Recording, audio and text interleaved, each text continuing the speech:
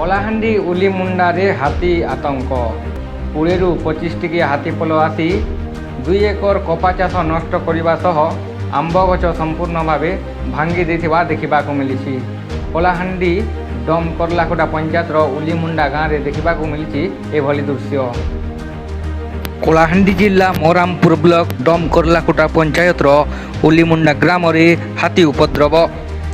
ଗତ ବିଳମ୍ବିତ ରାତିରେ 20ରୁ 25ଟି ହାତୀ ଆସି 2 ଏକର କପା ଚାଷ ନଷ୍ଟ କରିବା ସହ ଆମ୍ବ ଗଛକୁ ଭାଙ୍ଗି ଦେଇଛନ୍ତି। ଜମିରେ ପଶି ଆମ୍ବ ଗଛ ଭାଙ୍ଗିବା ସହ କପା ଫସଲକୁ ସମ୍ପୂର୍ଣ୍ଣ ଉଜାଡ଼ି ଦେଇଥିବା ଦେଖିବାକୁ ମିଳିଛି। ଚାଷୀମାନେ ବ୍ୟାପକ କ୍ଷତିର ସମ୍ମୁଖୀନ ହୋଇଥିବା ଅଭିଯୋଗ ହୋଇଛି।